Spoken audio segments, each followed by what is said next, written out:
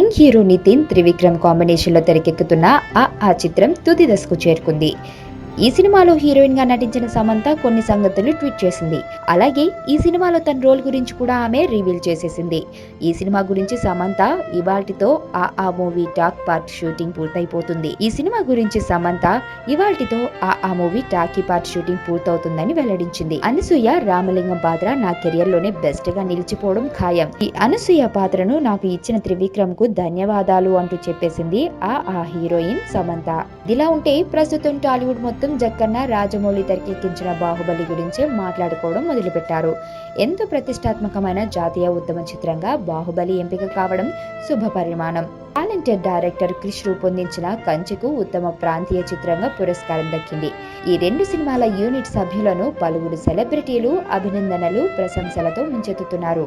సమంత ఈ రెండు సినిమాల యూనిట్లకు తన శుభాకాంక్షలు చెప్పింది. కలూరి సింతామణి నా పేరంటే తెలియనోళ్ళు లేరే జాని, వయసు లెక్క సీక్రెట్ గాని నన్నడగ మాక అంటాంది జారేవుని.